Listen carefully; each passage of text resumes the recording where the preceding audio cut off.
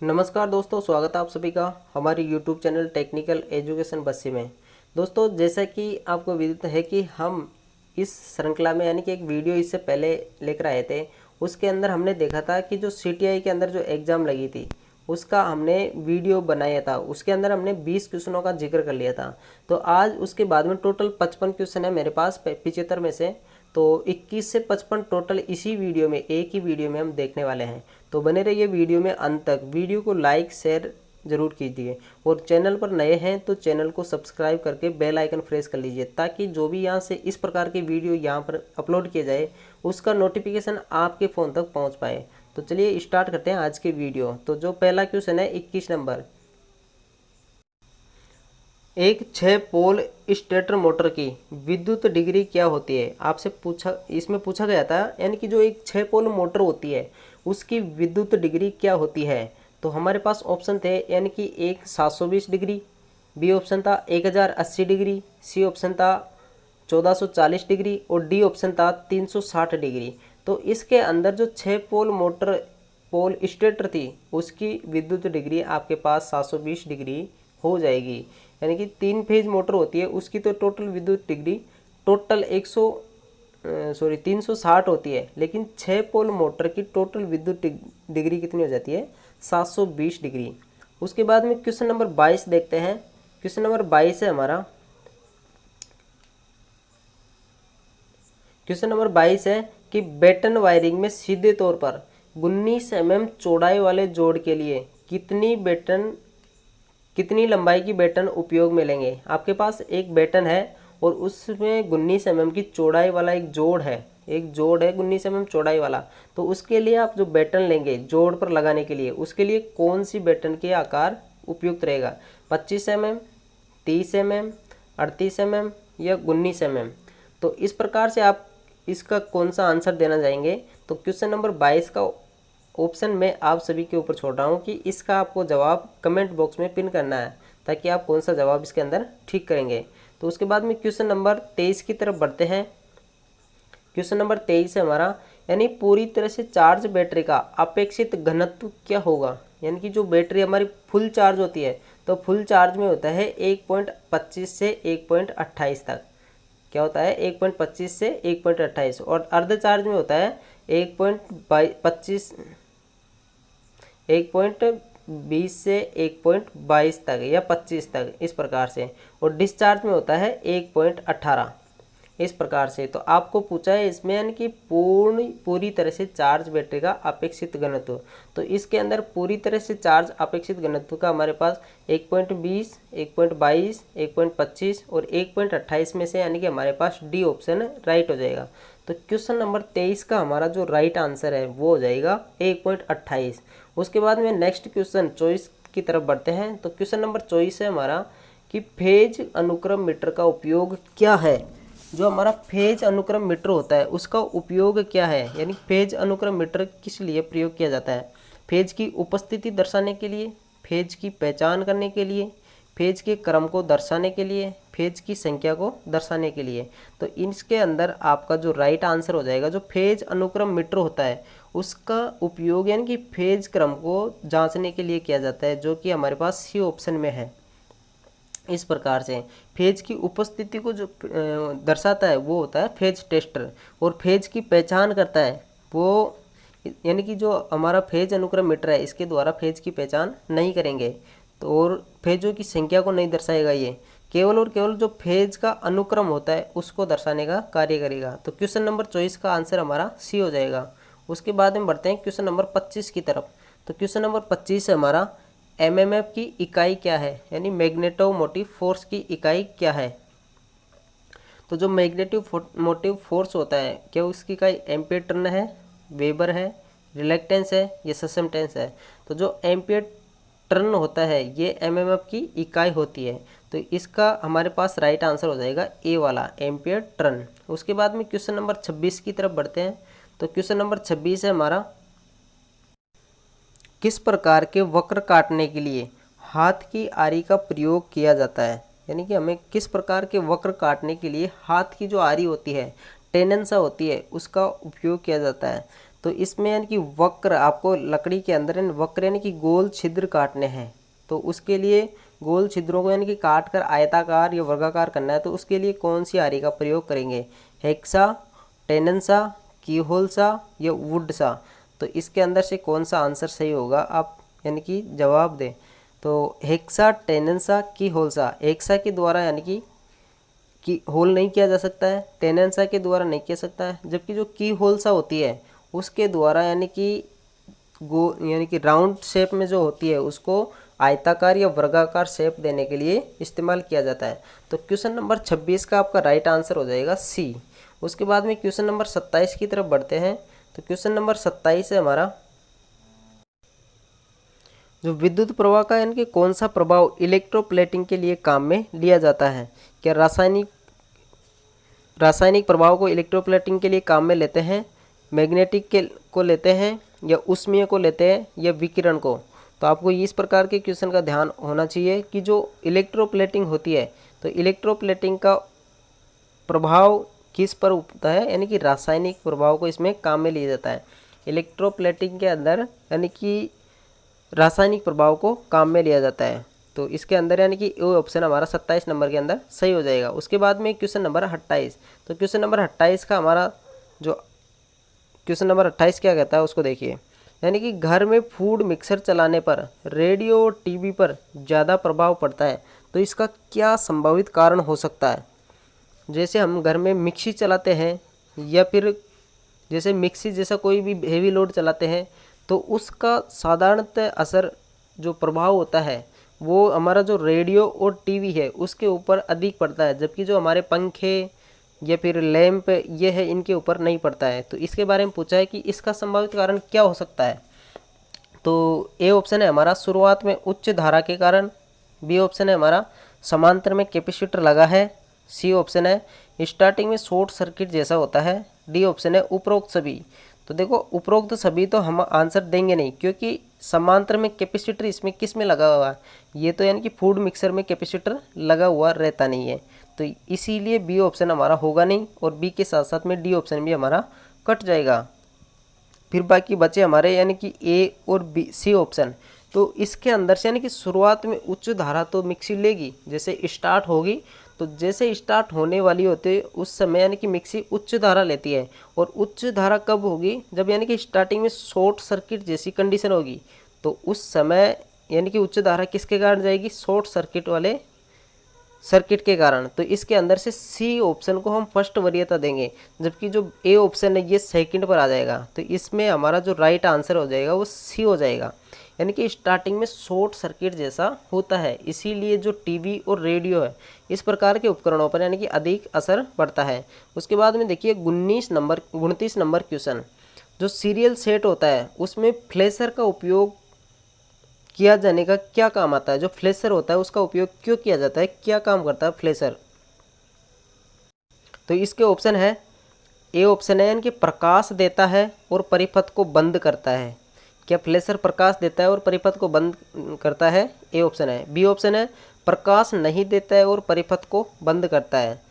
C option है प्रकाश नहीं देता है और परिपथ को बंद और चालू करता है। डी ऑप्शन है प्रकाश तो देता है और परिपथ को बंद और चालू करने का कार्य करता है। तो जो फ्लैशर होता है वो यानी कि प्रकाश देने का कार्य नहीं करता है, जबकि परिपथ को तोड़ने और जोड़ने का कार्य करता है। तो इस प्रकार का ऑप्शन कौन सा है? यानी कि प्रकाश नहीं देता है और परिपथ को बंद और चालू करता है। सी वाला ऑप्शन हमारा इसके अंदर राइट हो जाएगा क्वेश्चन नंबर 29 के अंदर। उसके बाद में क्वेश्चन नंबर 13 देखते हैं। तो क्वेश्चन नंबर 13 है, डीसी स्टार्टर के प्रतिरोध को शुरुआत के लिए किस सामग्री का उपयोग किया जाता है? यह आपसे पूछा गया है कि जो डीसी मोटर होती है उसके स्टार्टर में जो प्रतिरोधक होते हैं वो किसके बने होते हैं, ये आपसे पूछना जा रहा है। तो क्या नाइक्रोम के बने होते हैं, यूरेका के बने होते हैं, टंगस्टन के, या फिर कार्बन के? तो क्वेश्चन नंबर 13 का आपका राइट आंसर यानी कि यूरेका, डी ऑप्शन आपका राइट हो जाए, सॉरी बी ऑप्शन आपका राइट हो जाएगा। यूरेका के जो प्रतिरोध होते हैं डीसी स्टार्टर के अंदर वो यूरेका के बनाए जाते हैं। उसके बाद में क्वेश्चन है 31। क्वेश्चन नंबर 31 है, हीटर का आधार प्लेट किसका बना होता है? जो हीटर की नीचे की प्लेट आती है, सोल प्लेट, वो किस चीज़ की बनी होती है? क्या बेकेलाइट की बनी होती है, एबोनाइट की बनी होती है, चीनी मिट्टी की बनी होती है या फिर सीमेंट की बनी होती है। तो जो सीमेंट की बनी होती है ये तो जो ईंट होता है उसकी यानी कि बाहरी बॉडी बनी होती है जो राउंड शेप में होती है, और चीनी मिट्टी की जो उसकी जो आधार प्लेट होती है जिसके बारे में इसके अंदर क्वेश्चन में पूछा गया वो बनी होती है। तो 31 के अंदर हमारा क्वेश्चन नंबर यानी कि 31 का सही आंसर सी हो जाएगा। चीनी मिट्टी की उसकी वो प्लेट बनी होती है, आधार प्लेट। उसके बाद में क्वेश्चन है 32। इलेक्ट्रोलाइसिस प्रक्रिया में जमा द्रव्यमान की गणना कैसे की जाती है। जो इलेक्ट्रोलाइसिस प्रक्रिया होती है जिसमें यानी कि जो धातु का द्रव्यमान होता है यानी कि कितना द्रव्यमान उसके ऊपर एकत्रित हुआ है उसकी गणना किस प्रकार से की जाती है। तो ए ऑप्शन है हमारे पास m बराबर जेड बटा आई टी, बी ऑप्शन है हमारे पास m बराबर जेड आई बटा टी, सी ऑप्शन है हमारे m बराबर जेड आई टी, और डी ऑप्शन है हमारा m बराबर 1 बटा जेड आई टी। तो इसके अंदर हमारा जो राइट आंसर है यानी कि जो द्रव्यमान होता है मास बराबर जेड आई टी, इस सूत्र से हम उसको ज्ञात करते हैं। तो कौन से ऑप्शन में यानी कि ये वाला है वही ऑप्शन आपका ठीक हो जाएगा, सी ऑप्शन यानी कि 23 के अंदर हमारा राइट हो जाएगा। उसके बाद में नेक्स्ट क्वेश्चन पर बढ़ते हैं। नेक्स्ट क्वेश्चन है हमारा 33। तो 33 क्वेश्चन है कि जो ओपन सर्किट होता है उसका प्रतिरोध कितना होता है। तो शॉर्ट सर्किट परिपथ का प्रतिरोध तो 0 हो जाता है और ओपन सर्किट परिपथ का प्रतिरोध अनंत हो जाता है। तो ए ऑप्शन है हमारा 0, बी ऑप्शन है कम, सी ऑप्शन है अनंत और डी ऑप्शन है अधिक। तो यानी कि जो ओपन सर्किट परिपथ होता है उसका प्रतिरोध यानी कि अनंत होता है। कितना होता है, अधिक नहीं होता है, अनंत होता है ओपन सर्किट परिपथ का प्रतिरोध। तो ओपन सर्किट का प्रतिरोध कितना हो जाएगा, अनंत। तो क्वेश्चन नंबर 13 का सी आपका आंसर सही हो जाएगा। उसके बाद में क्वेश्चन नंबर 34 की तरफ बढ़ते हैं। घरेलू वायरिंग में पावर परिपथ का लोड कितना होता है। जो घरेलू वायरिंग होती है उसमें जो आपका पावर वाला परिपथ होता है जिसमें आप फ्रिज, हीटर, कूलर इस प्रकार के लगाते हैं, तो उसका वाटेज है, क्षमता वो कितनी होनी चाहिए, 800 वाट, 1000 वाट, या 2000 वाट, या 3000 वाट। तो पावर परिपथ में आपने को देखा होगा कि 2 पॉइंट और 3000 वाट का लोड रखा जाना चाहिए। तो इसके अंदर 3000 वाट, डी ऑप्शन आपका राइट हो जाएगा। उसके बाद में क्वेश्चन नंबर 35 की तरफ बढ़ते हैं। क्वेश्चन नंबर 35 है कि पिंसर का उपयोग किया जाता है। पिंसर का उपयोग किस लिए किया जाता है। ए ऑप्शन है कील को ठोकने के लिए, बी ऑप्शन है लकड़ी से कील को निकालने में, सी ऑप्शन है लकड़ी को जोड़ने में, डी ऑप्शन है लकड़ी को काटने में। तो जो पिंसर होती है उसका उपयोग लकड़ी से कील को उखाड़ने के लिए किया जाता है। तो बी ऑप्शन आपका राइट हो जाएगा।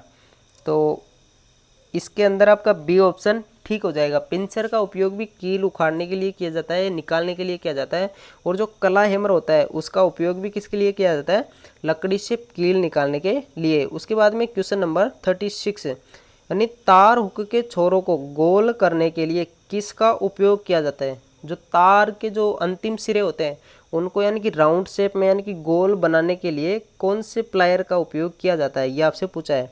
तो long nose plier, round nose plier, गोल नोज प्लायर, या चपटी नोज प्लायर। तो इसके अंदर से यानी कि आपका सी ऑप्शन जो गोल नोज प्लायर होता है ये आपका राइट आंसर हो जाएगा। तो यानी कि जो गोल जिसकी निप होती है, जिसके सिरे होते हैं, उससे यानी कि जो तार के अंतिम सिरे होते हैं उनको यानी कि गोल किया जाता है, राउंड शेप में किया जाता है। तो क्वेश्चन नंबर 36 का हमारा सी ऑप्शन राइट हो जाएगा। उसके बाद में क्वेश्चन नंबर 37 देखते हैं। बिजली के तारों में लगी आग को बुझाने के लिए किस प्रकार के अग्निशामक काम में नहीं लेते हैं। तो जो बिजली के तारों में आग लगती है उनको बुझाने के लिए हम कभी भी यानी कि झाग वाले जो उपकरण अग्निशामक यंत्र होते हैं उनका उपयोग नहीं करते हैं, क्योंकि जो झाग पैदा करते हैं जो उपकरण वो क्या होते हैं कि उनके अंदर यानी कि जल का मिश्रण एक लिक्विड के साथ में किया जाता है, जिससे कि यानी कि जल के साथ में वो लिक्विड यानी कि क्रिया करके अनेक यानी कि झाग यानी कि अधिक मात्रा में झाग उत्पन्न करते हैं, जिससे एक प्रकार से चालक परत बन जाती है। जो इलेक्ट्रिक की क्या होती है, चालक। अगर विद्युत के तारों पर उस झाग वाले यंत्र को छिड़क देंगे तो उस समय यानी कि जो छिड़कने वाला है वहाँ पर यानी कि नमी हो जाएगी, वहाँ पर यानी कि कारीगर या फिर किसी प्रकार के विद्युतकार जो भी रहेंगे उनको यानी कि इलेक्ट्रिक शॉर्ट लगने का चांस रहता है। तो इसी प्रकार से जो झाग वाले उपकरण होते हैं वो अग्निशामक यंत्र होते हैं उनका उपयोग बिजली के तारों में लगी आग में नहीं करते हैं। उसके बाद में है क्वेश्चन नंबर 38। तो इसके अंदर वाटर हीटर का इंसुलेशन प्रतिरोध कितना होता है। जो वाटर हीटर होता है, जो यानी कि पानी गर्म करने के लिए काम में लिया जाता है, तो उसका इंसुलेशन प्रतिरोध कितना होना चाहिए। तो इसके लिए मैं आपको जानकारी दे दूं कि वाटर हीटर का जो इंसुलेशन प्रतिरोध है वो हमें अधिक से अधिक रखना है। तो कितना हो सकता है, 1 किलो ओम, 1000 ओम, या 1 मेगा ओम, या 10,000 ओम। तो इसके अंदर यानी कि जितना अधिक से अधिक होगा वही हमारा आंसर हो जाएगा, 1 मेगा ओम।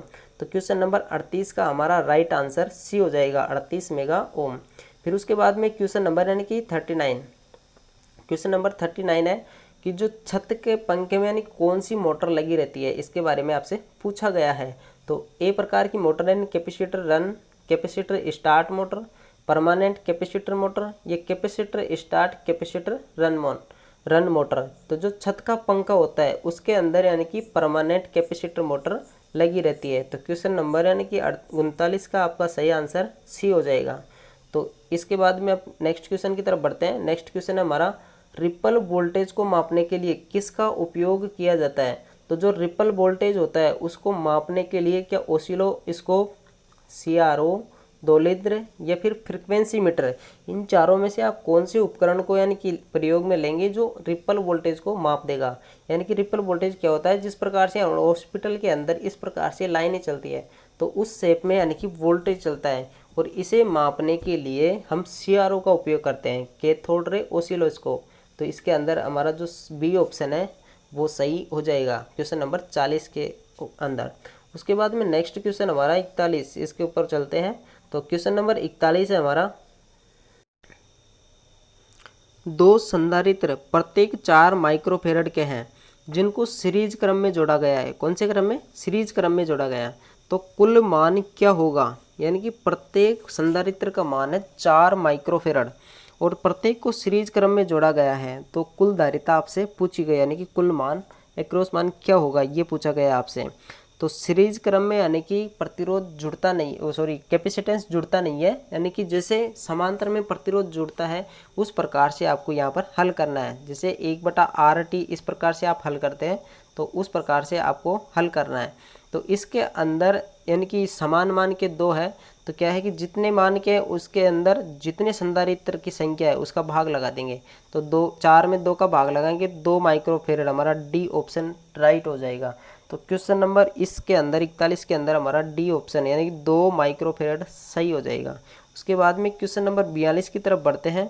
तो क्वेश्चन नंबर 42 है हमारा, जो 125 वोल्टेज और 40 वाट के लैंप, एक लैंप है 125 वोल्ट और 40 वाट का, और दूसरा लैंप है 125 वोल्ट और 100 वाट का। लैंपों को 250 वोल्टेज सप्लाई के साथ जोड़ा गया है, तो क्या होगा। यानी कि 2 लैंप है, यानी कि दोनों की वोल्टेज तो क्या है 125 वोल्टेज, और एक की 40 वाट रेटिंग क्षमता है और एक की 100 वाट रेटिंग क्षमता है, और इनको सप्लाई के साथ कौन से क्रम में जोड़ा गया है, इसमें कुछ दिया गया नहीं है। तो यहाँ पर यानी कि सीरीज क्रम था, श्रेणी क्रम, तो मिसप्रिंट हो गई है थोड़ी सी टाइपिंग करने में। यानी कि इनको श्रेणी क्रम में जोड़ा गया है, तो श्रेणी क्रम में जोड़कर 250 वोल्टेज सप्लाई दी गई है। तो उस कंडीशन में क्या होगा इसके अंदर ये पूछा गया है आपको। तो ए ऑप्शन है दोनों लैंप आसानी से काम करते रहेंगे, बी ऑप्शन है लैंप फ्यूज हो जाएंगे, सी ऑप्शन है 40 वाट लैंप फ्यूज हो जाएगा, डी ऑप्शन है 100 वाट लैंप फ्यूज हो जाएगा। तो इसके बाद में जो अपना आंसर है वो देंगे, यानी कि 125 वोल्ट और 125 वोल्ट यानी कि 250 वोल्ट तो हो जाता है, लेकिन अगर ये समान वाट के रहते तब तो कोई दिक्कत नहीं थी, लेकिन जो अधिक वाट का है वो धारा कम लेगा और जो कम वाट का है उसके अंदर से धारा अधिक प्रवाहित होगी।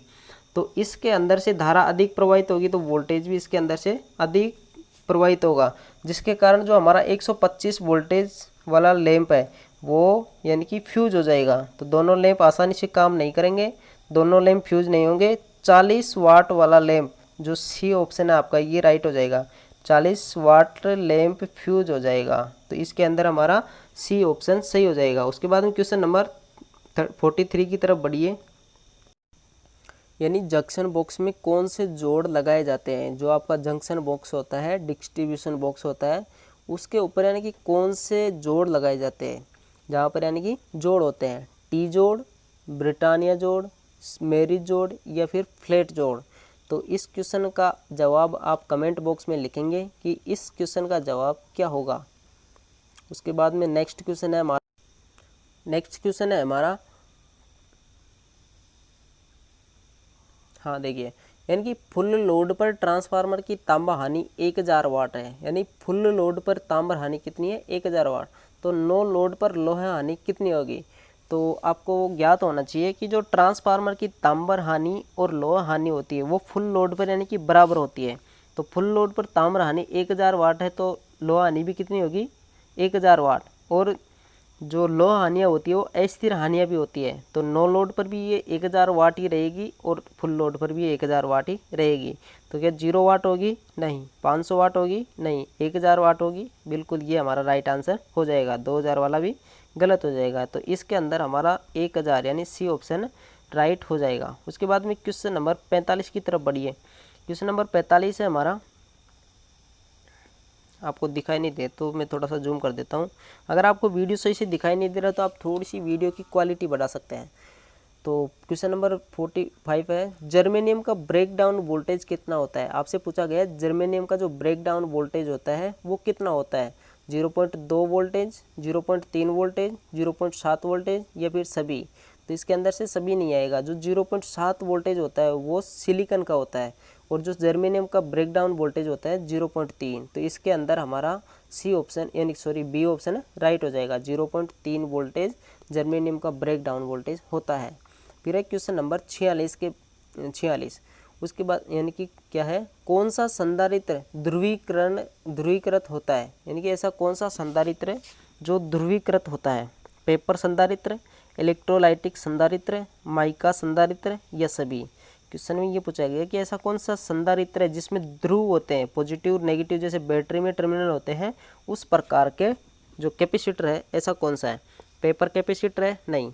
लेकिन जो इलेक्ट्रोलाइटिक कैपेसिटर होता है उसके अंदर यानी कि ध्रुव होते हैं, तो यही ध्रुवीकृत संधारित्र हो जाएगा। तो क्वेश्चन नंबर 46 का हमारा राइट आंसर बी हो जाएगा।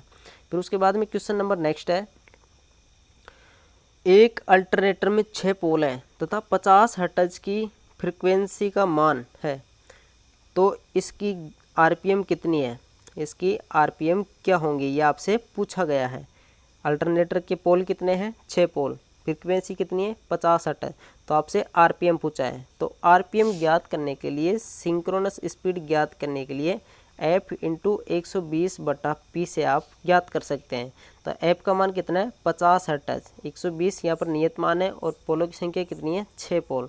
तो ये आप हल कर सकते हैं। तो इसका आंसर आपको मैं डायरेक्ट बता दूं कि इसका आंसर आपको 1000 आएगा। कितना आएगा? 1000। क्योंकि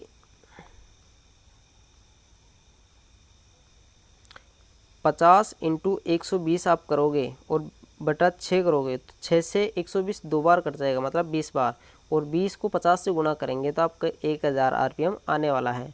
तो क्वेश्चन नंबर 47 का आपका ए ऑप्शन यानी कि राइट हो जाएगा, 1000 आरपीएम। फिर उसके बाद में क्वेश्चन नंबर नेक्स्ट 48 की तरफ बढ़ते हैं। तो क्वेश्चन नंबर ये है, आईएसआई के अनुसार स्विच बोर्ड की फर्श से ऊंचाई कितनी होनी चाहिए? तो जो स्विच बोर्ड होता है उसकी यानी कि फर्श से ऊंचाई होनी चाहिए 1.3 मीटर। तो इसके अंदर ए ऑप्शन है 1 मीटर, बी ऑप्शन है 2 मीटर, सी ऑप्शन है 1.3 मीटर और डी ऑप्शन है 2.4 मीटर। तो इसके अंदर हमारा जो सी ऑप्शन है 1.3 मीटर ये हमारा राइट हो जाएगा। दोस्तों ये पेपर यानी सीटीआई का पेपर का एग्जाम में आया हुआ है और 17/10/2021 को फर्स्ट शिफ्ट में पूछा गया है इलेक्ट्रिकल और वायरमैन के ट्रेड के लिए। तो उसके बाद में क्वेश्चन नंबर नेक्स्ट है, शुद्ध अर्धचालक में अशुद्धि मिलाने की क्रिया को क्या कहते हैं? जो शुद्ध अर्धचालक होते हैं उनमें जो अशुद्धि मिलाई जाती है तो उनको कहा जाता है डोपिंग। तो 49 के अंदर हमारा ए ऑप्शन हमारा राइट हो जाएगा। इलेक्ट्रोप्लेटिंग नहीं होती है, धातु शोधन नहीं होता है और इनमें से कोई नहीं। तो शुद्ध अर्धचालक में जो अशुद्धि मिलाने की क्रिया होती है उसे डोपिंग कहा जाता है। क्वेश्चन नंबर हमारा 50 है। क्वेश्चन नंबर 50 है, बिजली के तारों में लगी आग लगने का कारण क्या है? जो बिजली के वायर होते हैं उनमें आग क्यों लगती है उसका कारण आपसे पूछा गया है। असमान फेज क्रम के कारण, गलत कनेक्शन के कारण, ढीले संपर्कन के कारण और अधिक लोड के कारण। तो इनके अंदर जो सामान्यतः यानी कि बेसिक कारण हो सकता है वो आपको देना है। कारण तो यानी कि सभी हो सकते हैं। असमान फेज क्रम से यानी कि आग नहीं लगती है, और गलत कनेक्शन अगर आप करेंगे तो उस कंडीशन में भी आग लगेगी, और जो अधिक लोड रहेगा तो उस कंडीशन में भी आग लगेगी। लेकिन सबसे जो मेन कारण है वो अगर आप जो ढीले कनेक्शन होंगे, संपर्क ढीले होंगे, जोड़ ढीले होंगे, तो उनके कारण आग लगने का खतरा अधिक रहता है। तो इसके अंदर यानी कि सी ऑप्शन हमारा राइट हो जाएगा क्वेश्चन नंबर 50 के अंदर। फिर है हमारा क्वेश्चन नंबर 51। तो क्वेश्चन नंबर 51 है, मोटर की गति किससे मापी जाती है? मोटर की गति जैसे कि उसकी शाफ्ट कितनी आरपीएम पर घूर्णन गति कर रही है, कितने आरपीएम पर मोटर हमारी प्रचालित हो रही है, वो किससे मापी जाती है? क्या ओडोमीटर से, स्पीडोमीटर से, टेकोमीटर से या राउंड मीटर से? तो इसके अंदर जो मोटरों की स्पीड मापी जाती है, आरपीएम मापी जाती है, वो टेकोमीटर से मापी जाती है, जो उसकी शाफ्ट के ऊपर लगा दी जाती है, और फिर वो भी शाफ्ट के साथ साथ में घूमते हैं, और फिर वो गति का मापन करते हैं। क्वेश्चन नंबर 52 है हमारा, जो सेकेंडरी सेल होते हैं उनकी क्षमता किस में मापी जाती है? जो सेकेंडरी प्रकार के सेल होते हैं, बैटरी होती है, उनकी क्षमता किस में मापी जाती है? kWh में, वाट में, एम्पियर में या फिर एम्पियर घंटे में? तो जो सेकेंडरी प्रकार के सेल होते हैं उनकी क्षमता एम्पियर घंटे में, AH में मापी जाती है। तो क्वेश्चन नंबर 52 के अंदर हमारा डी ऑप्शन राइट हो जाएगा। उसके बाद में क्वेश्चन नंबर है 53। तो लाल रंग की सहनशीलता क्या होती है? जो लाल रंग होता है उसकी सहनशीलता क्या होती है? तो इसके अंदर जो आपका सारणी कोण होता है प्रतिरोधकों का, उससे इसको हम हल करेंगे। तो BB रॉय ग्रेट ब्रिटेन इस प्रकार से। तो हमें रेड कलर की ज्ञात करनी है। तो 1, 2 और 3 पर है, तो इसका यानी कि 2% सहनशीलता आ जाएगी जब ऊपर से हम काउंट करेंगे। तो डी ऑप्शन इसके अंदर राइट हो जाएगा। अगर आपको सारणी नहीं याद है, किसी प्रकार की कोई समस्या है, तो आप कमेंट कर सकते हैं, सारणी का भी अलग से वीडियो बना दिया जाएगा। तो उसके बाद में क्वेश्चन नंबर 53। क्वेश्चन नंबर 53 है कि रिलेक्टेंस की इकाई क्या है? जो रिलेक्टेंस होता है, प्रतिष्ठंभ होता है, उसकी इकाई क्या है?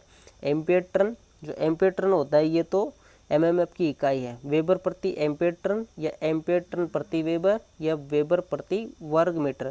तो इसके अंदर से यानी कि ए का तो ऑप्शन मैंने आपको बता दिया है, और डी इसके अंदर प्रति वर्ग मीटर नहीं आएगा।